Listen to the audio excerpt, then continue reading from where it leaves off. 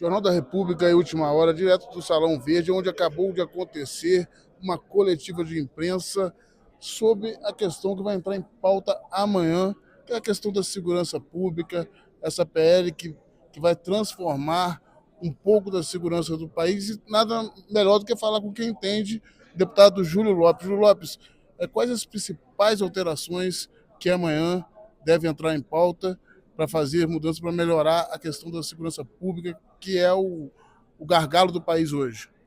Bom, na realidade, Ralf, obrigado aqui pela oportunidade. O que nós estamos tentando fazer e que será feito, e eu acredito muito na competência do DERIT para fazê-lo, e acho que é bom, e o presidente Hugo foi oportuno de usar o projeto do governo para juntar oposição e governo para construírem junto um projeto, por mais que nesse momento dê um conflito ou outro.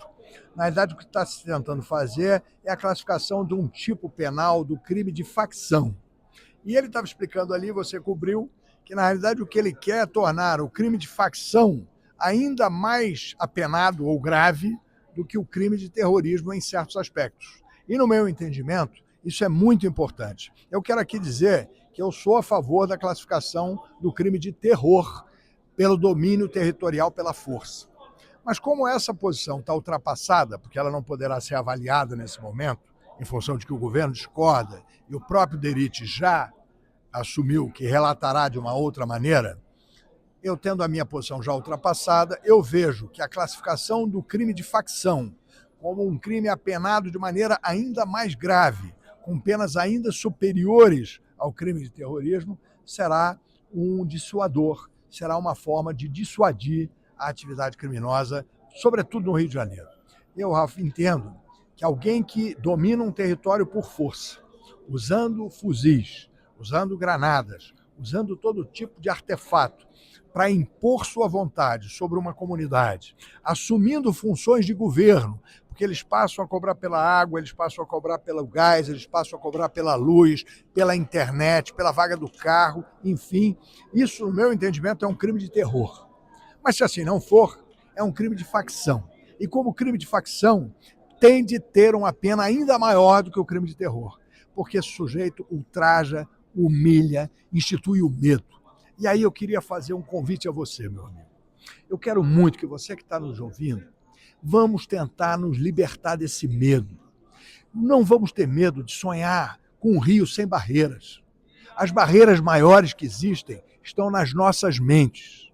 E nós, enquanto cariocas, enquanto cidadãos do Brasil, precisamos acreditar que nós podemos viver livres de barreiras, que a gente pode viver livre. Isso é muito importante, sobretudo para você, meu amigo, minha amiga, que está aí subjulgado. Você não precisa viver assim. Você pode acreditar que a sua vida pode ser diferente e sonhar, e desejar, e trabalhar para que essa vida se altere. Perder o medo. Na verdade, óbvio, né, Ralf, que eu também tenho medo. Cada vez que um filho meu sai de casa para ir namorar, ou para ir passear, ou mesmo para ir andar de bicicleta de tarde, você como eu, sentimos medo. Mas a gente tem que vencer esse medo. Sobretudo o medo de pensar em ter uma nova realidade, em ter uma nova cidade, em ter um novo Rio de Janeiro e um novo Brasil. Se nós todos juntos começarmos a pensar, a desejar e a construir um novo Rio de Janeiro, ele será livre do medo. E aí então teremos uma nova sociedade. Esse será um momento glorioso que vamos construir juntos. Júlio Lopes, com muita propriedade, colocou inclusive a questão dos roubos de energia. Eles roubam energia, estava conversando ontem com o diretor da Enel, eles roubam a energia da Enel e vendem como se fosse deles, roubam o sinal da internet e vendem como se fosse deles. Então é uma situação, você falou da questão do crime de terror, se o Estado entra para fazer uma ação e reconquistar o território, no outro dia eles já retaliam, cercam as pistas, botam fogo em ônibus. Eles atiram a esmo, lançam bombas sobre a população. Isso é crime de terror em qualquer lugar do mundo. Porque o que impacta o terror é a ofensividade, a letalidade contra a sociedade civil, não é a intencionalidade. A legislação brasileira está errada, não é a intenção que faz o crime de terror, é o fato concreto de aterrorizar a população, escravizar a população. Mas essa questão está superada agora, Ralf.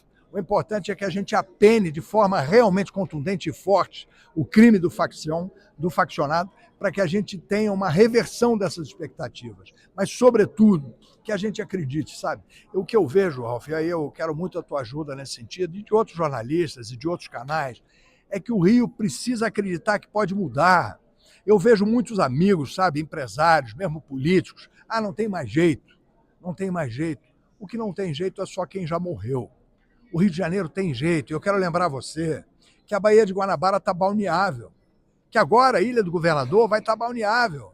Isso era um sonho até muito pouco tempo atrás, infactível, porque as pessoas não acreditavam possível, mas a vida se transforma e essa é a beleza das coisas.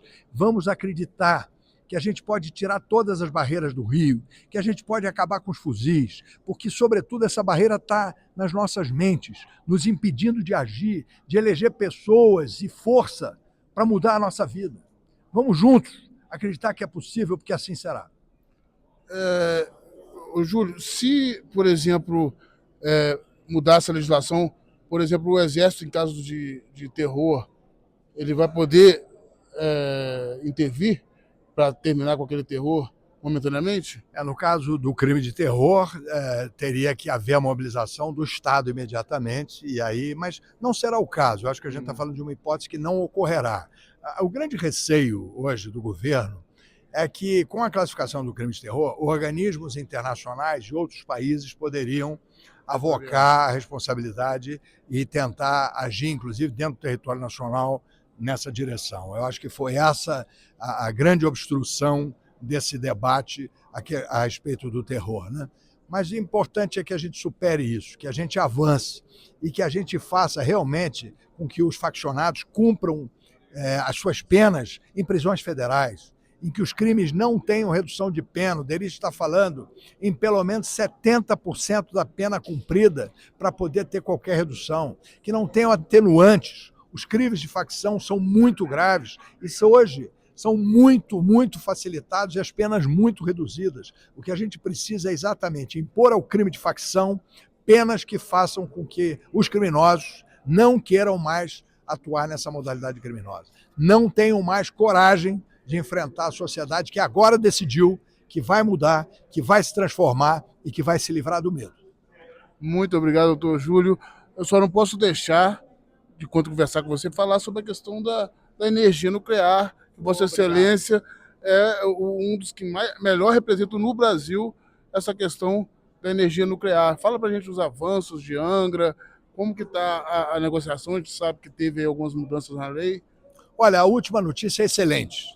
Mais uma vez o BNDES estudou o problema de Angra e fez um relatório contundente, forte, mostrando que o Brasil, se não fizer Angra, vai perder entre 23 e 25 bilhões de reais.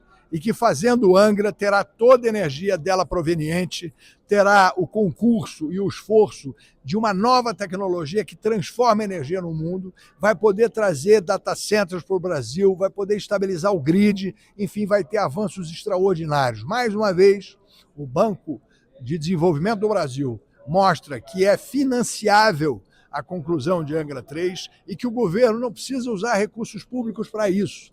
Ele pode, como fez com Itaipu, vender a energia futura da usina e se ressarcir ao longo dos 30, 50 anos em que essa energia vai ser produzida lá por Angra 3. Portanto, Ralf, eu acredito profundamente que nós vamos retomar essa obra, que é a maior obra do Brasil, que será a maior obra do Rio de Janeiro e que vai mudar as nossas vidas. Parabéns. Você falou uma questão essencial, que é a questão dos data centers. A China está fazendo data center debaixo do mar porque não tem onde pôr. O Brasil está sobrando energia, temos como fazer mais energia e é necessário mesmo esse desenvolvimento. Muito obrigado, Júlio. Última hora, notícia levada a sério.